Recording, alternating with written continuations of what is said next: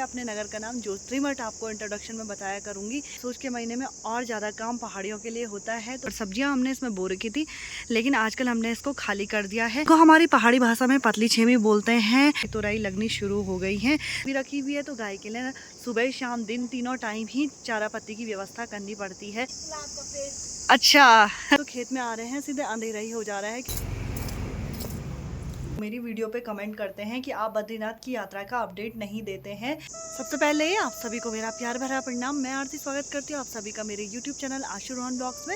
हो चुकी है नए दिन की खूबसूरत शुरुआत और आज की ब्लॉगिंग की स्टार्टिंग हो रही है उत्तराखंड देवभूमि के छोटे नगर ज्योतिर्मठ से।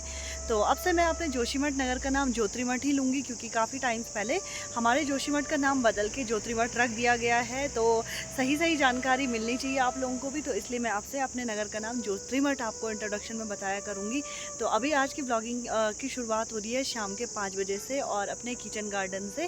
तो सुबह का जो रूटीन होता है वही है स्कूल जाना और जो भी दिन भर के घर के काम है उनको निपटाना।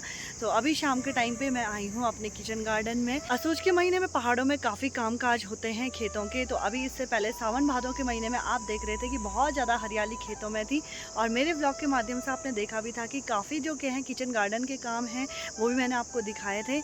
लेकिन आजकल असोज के महीने में और ज़्यादा काम पहाड़ियों के लिए होता है। तो बहुत सारे क्या है मंडवे झंगोरे की लवाई मंडाई के साथ साथ किचन गार्डन के काम भी आजकल शुरू हो जाते हैं। शाम के टाइम पे अभी अपने किचन गार्डन में आई हूँ, तो आप देख सकते हो कि कुछ दिन पहले इसमें बहुत ज़्यादा हरियाली दिख रही थी और सब्जियां हमने इसमें बो रखी थी, लेकिन आजकल हमने इसको खाली कर दिया है। जितने भी अवार थी हमने सब निकाल दिए हैं और सामने हमने कुछ इकट्ठे करे हुए हैं, कुछ इधर चौक के कोने में रखे हुए हैं। यहाँ पे आग भी जला दी है।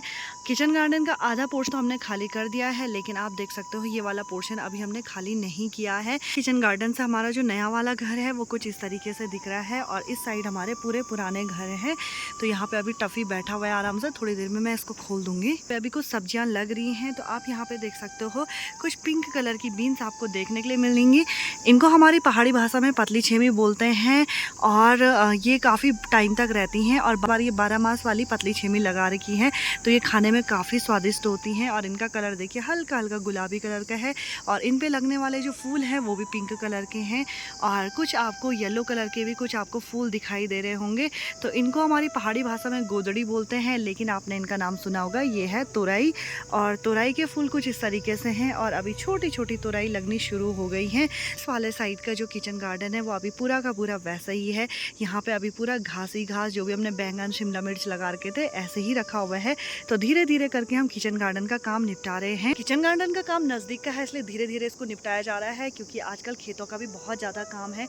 तो मेरी सास जी आराम से इस काम को निपटा रही हैं और मुझसे भी जितना हो पा रहा है मैं भी उनकी किचन गार्डन के काम में हेल्प कर लेती हूँ। और अभी वो जा रही हैं घास के लिए।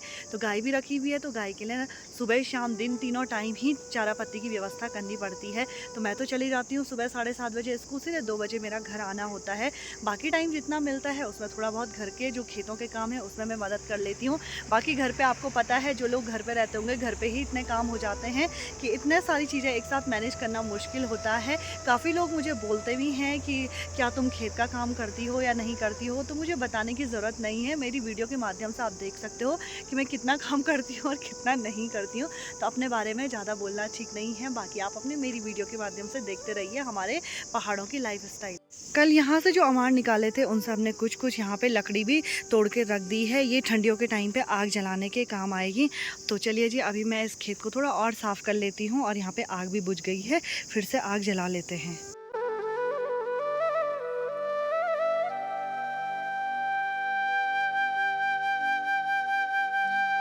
तो सामने देखिए दादी जी भी अपने किचन गार्डन में आ रखी हैं। तो दादी क्या कर रहे हो?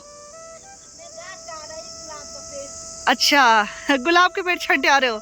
तो दादी जी भी अपने किचन गार्डन में काम कर रही है, जो भी खरपतवार है उसको साइड कर रही हैं। और साथ साथ में आप देखिए यहाँ पे जो गुलाब के पेड़ लगा रखे तो उनकी भी कटाई छटाई यहाँ पे दादी जी करने लग गई हैं। है? हाँ, तभी तो। अभी मैं आ गई हूँ अपने गौशाला वाले किचन गार्डन में। तो बैकग्राउंड में आप देख सकते हो यहाँ से मेरी सास जी ने पूरे जो क्या है झाल वगैरह सब साफ कर दिया है। आपने देखा होगा कुछ टाइम पहले तक यहाँ पे सारी की सारी ककड़ी की झाल थी, लेकिन सब निकाल दी है। और ककड़ी इस बार इतनी अच्छी नहीं हो पाई, छोटी छोटी लग रही थी और साथ साथ में ही सड़ जा रही थी। तो हमने ये भी पूरी तरह से खाली कर दिया है। तो थोड़ा यहाँ की सफाई भी कर लेते हैं और उसके बाद सास जी यहाँ पे शायद लहसुन वगैरह लगाएंगी। सावन भादों के बाद किचन गार्डन में कुछ इस तरीके का माहौल हो जाता है और यहाँ देखिए पूरा हरा हरा हो रखा है। तो ये भी बिल्कुल साफ़ करेंगे और फिर जाके थोड़ा खेत जैसा लगेगा। अभी तो ऐसा लग रहा है कि ये नॉर्मल रास्ता हो रखा है चलने के लिए। और जितनी भी अवार निकाली है वो सारी यहाँ पे हमने इकट्ठी करके रख दी है। तो थोड़ा मैं इसको ढंग से रख लेती हूँ। और आजकल देखिए यात्रा फिर से काफ़ी बढ़ गई है और आजकल फिर से ना काफ़ी जाम भी लगने लग गया है। तो शाम के टाइम पे तो इस रोड पे कम ही गाड़ियाँ दिखाई दे रही हैं, लेकिन दिन के और सुबह के टाइम पे ये रोड पूरी तरीके से पैक हो रखी हैं।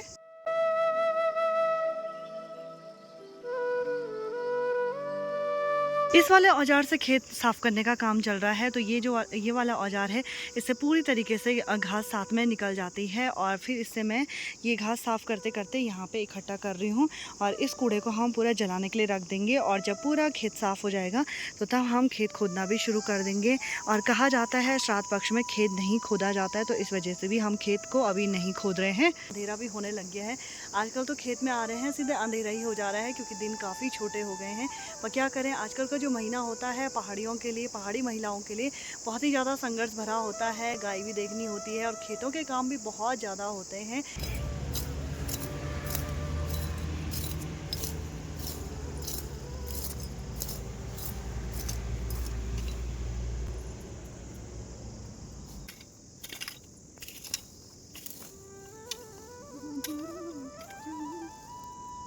और गुड़हल के फूल काफ़ी पहले हमने लगा दिए थे, तो ये फूल ना जल्दी हो गए हैं, लेकिन साथ साथ में जो इनके डंडे हैं वो भी सूखने लग गए हैं। लेकिन तने वाला जो पोर्शन है वो सूखने लग गया है। तो अभी दिवाली आने में 1 महीना बाकी है, लेकिन मुझे ऐसा लग रहा है कहीं तब तक फूल ना सूख जाएं। लेकिन फ़िलहाल तो फूल काफ़ी सुंदर आ रखे हैं। तो यहाँ का घास काटते काटते देखिए वहाँ पे ढेर लगा दिया है। और यहाँ पे हमने कुछ टाइम पहले मूली भी लगाई थी, तो कुछ मूली अब हो रही है। बहुत बड़ी हो गई मूली। बहुत छोटी सी मूली यहाँ से निकली है और ऐसी छोटी छोटी मूलियाँ निकली। सास जी नीचे खेत से आई तो वहाँ एक छोटी सी लौकी लगी हुई थी।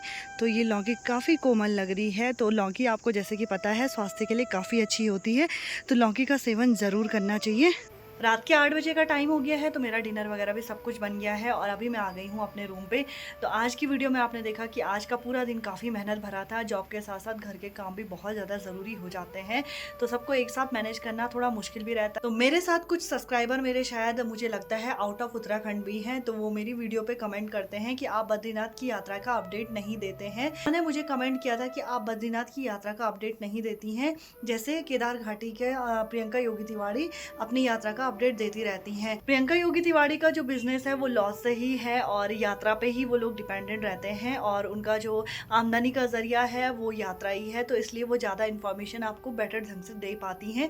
और हमारा तो ऐसा है कि घर का काम काज है और जॉब भी है, तो मैं ज़्यादा डिटेल में नहीं बना पाती हूँ जो भी यात्रा की डिटेल रहती है। लेकिन मैं थोड़ा बहुत वीडियो में देखा होगा, मैं आपको बताती रहती हूँ कि आजकल रोड में चहल पहल कैसी, यात्रा कैसी चल रही है, तो इतना मैं आपको बता देती हूँ। सब्सक्राइबर हैं और जो मुझसे बद्रीनाथ की यात्रा का अपडेट जानना चाहते हैं, मैं कोशिश करूंगी नेक्स्ट टाइम से मैं आपको पूरी अपडेट देने की कोशिश करूंगी। चलिए जी, आज की वीडियो को भी यहीं पे एंड कर लेते हैं। आई होप आपको आज का ब्लॉग पसंद आया होगा। ब्लॉग पसंद आए तो लाइक करिए, कमेंट करिए, अपने दोस्तों के साथ शेयर करिए। मैं आरती, मिलती हूँ आप सभी को मेरी अगली नई वीडियो में। तब तक के लिए स्वस्थ रहिए, मस्त रहिए। जय देवभूमि उत्तराखंड।